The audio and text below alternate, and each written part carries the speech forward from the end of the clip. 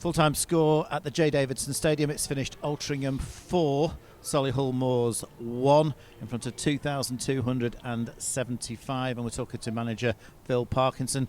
Phil, it's been a great afternoon, and right from the moment that Ollie Byrne launched that superb ball in the 11th minute to Tyrese Sinclair, things have gone really well. The boys have performed outstandingly well, haven't they? They've been consistent with the performance levels. I think I used the word benchmark for the players. It's a benchmark game for us. We've never been able to beat these since we've been in the division. Even when we've played well, we've been on the end of drubbings like that 4-1. And it just shows how far we've come, and that the hard work's paid off from a recruitment point of view to players' application, the coaching that Soles does with them on the training field. It just shows what hard work and where it gets you. I thought the first half performance was about as well as we've played this season. It's up there. I think we've had loads of performances like that. The difference is we finished them off, didn't we? And I think we've said, how many times have I stood in front of you and said we've been great, but we've not finished teams off. Then you have a bit of pressure, they score a goal, then another one comes, etc. But what we're doing at the moment, we're getting what we deserve, and I've not always been able to stand in front of you and say that, but that's been my message to the players, and the confidence is sky high. They're playing ever so well, as you alluded to there, but when you play well and win, it develops that snowball effect. And I didn't think we played particularly well at Barnet, and we managed to find a way to win. So this group is really together. They're a young, hungry group, and that's what you get.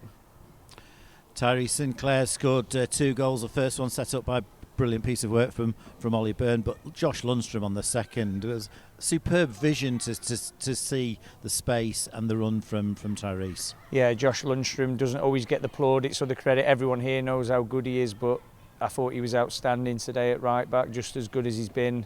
As when he's played centre mid, we were slightly worried we were going to be weaker in there with him not being there, but he added to us in a different area of the pitch, and as you said, the vision, the execution of the pass was absolutely top draw.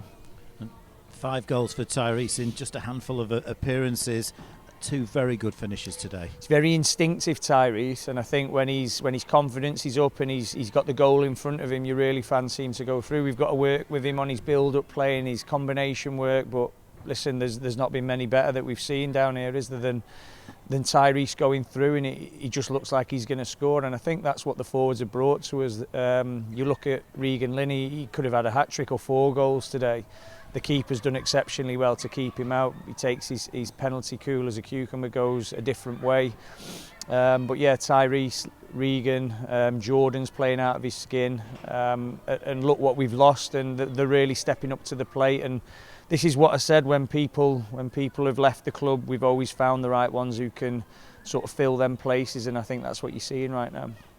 And Regan Linney has been everything that any Altrincham fan could have hoped he could be so far. Well, we made a big statement, in my opinion, there. I mean, some people say it was a bit of a risk, but we've watched him so many times. Bob McClellan, sort of the guy, my turn 2 scout, he's out every weekend looking, and I think he's the player we've had watch the most. I remember years ago we missed out on Ollie Crankshaw because I didn't move quickly enough when Bob told me about him. And then Paddy Lane, we nearly got him before he went Fleetwood, another one of Bob's, and Regan, certainly one of them that Bob has worked ever so hard to give us the information that we needed to know it was the right time, and that's the key. It's getting them at the right time, and I think we've got a very good centre forward on our hands. And if there was a criticism of the game, we should have scored more goals, because we had lots of chances in the second half, and to be fair to Solihull, they've had a pretty bad afternoon, particularly in the second half.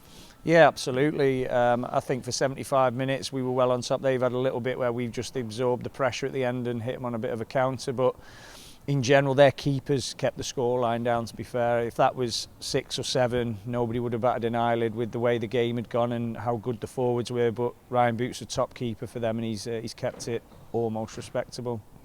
And what a week it's been. 3 victories over Woking, Barnet and Solihull Moors. 3 of the top sides in this division.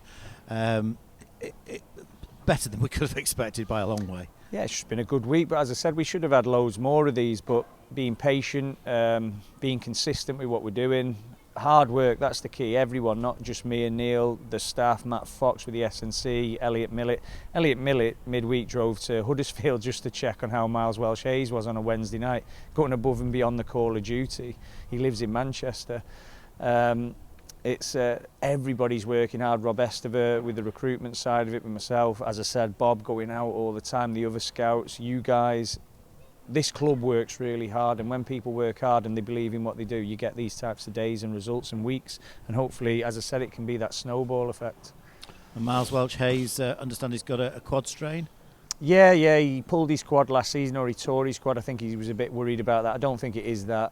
We've had it scanned. I think it just needs a little bit of time to heal. There's a lot of lads who have come in from loans, and the reason we've got them on loan is because they're good players, but they haven't been playing, so there's the wear and tear of the games that they've had with twice a week. And that's the only worry. We're quite thin, aren't we? We lose, as we've seen, Lunny could drop in there. But if we lose too many, then we'll have problems then. But we've been able to react in the right way. We can't take any more loans. Well, we can, but you can only have so many in your squad. So we've just got to be careful with that. I think we need 1 or 2 permanents coming in if we can, but we've got to find the right ones. And as I said, we're not Man United, we're Altrincham. We can't just go and buy whoever we want. Josh Lundstrom hasn't played too often in the right back position for Altrincham, but we know he can play there, and ironically did play on a loan spell with Solihull Moors there last season, and also a few times for Crewe. Yeah, well, he's versatile, and when we were recruiting in the summer, all the players we recruited, we knew this could happen in terms of we're not going to be a massive squad or have masses of quality to rely on. So you're seeing it now. You saw it earlier in the season when Eddie went down, I think, and Bainesy had to go left back. Ozzy's been playing out wide, hasn't he? A number of our players are very versatile, and it's something we look at when we're recruiting. Good to see Aaron Bennett back in a red and white striped shirt for a short spell at the end of the game. He's an important signing for us. Yeah, Aaron's a finisher, isn't he? So in tight games, I think that's where we'll see the best of Aaron.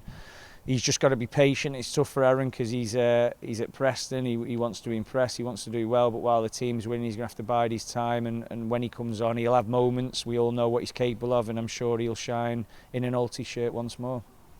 And it's a really gruelling stage of the season, and a long trip to Yeovil. We weren't very happy when we got down there at 1:30 a few weeks ago, and it was called off. They're scrapping for their lives at the bottom of the table. It's always a difficult place to go. The travel's the most difficult thing midweek. That'll be our biggest obstacle.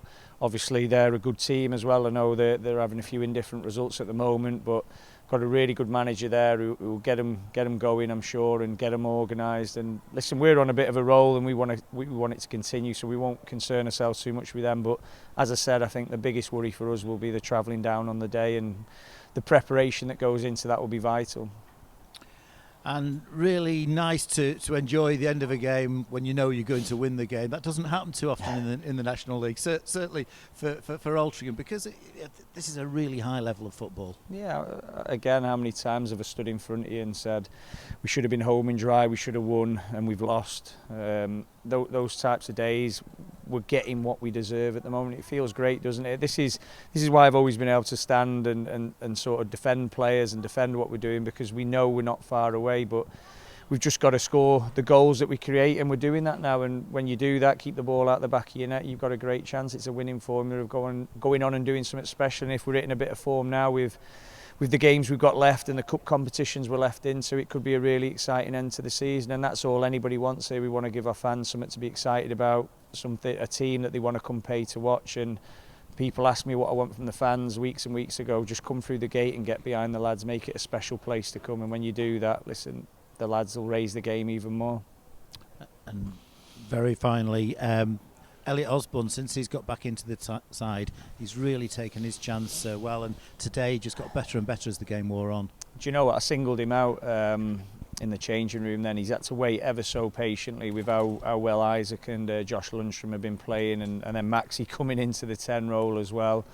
And he's not looked back since he's come back in. Even when he's played wide, he's looked undroppable, and he's done the same again. So I think that's what we've done. We're fair with the players. All the players know they play well, they'll keep the places. They've got to be part of a winning formula, and now Elliot's part of that, and I'm sure he won't want to let it go.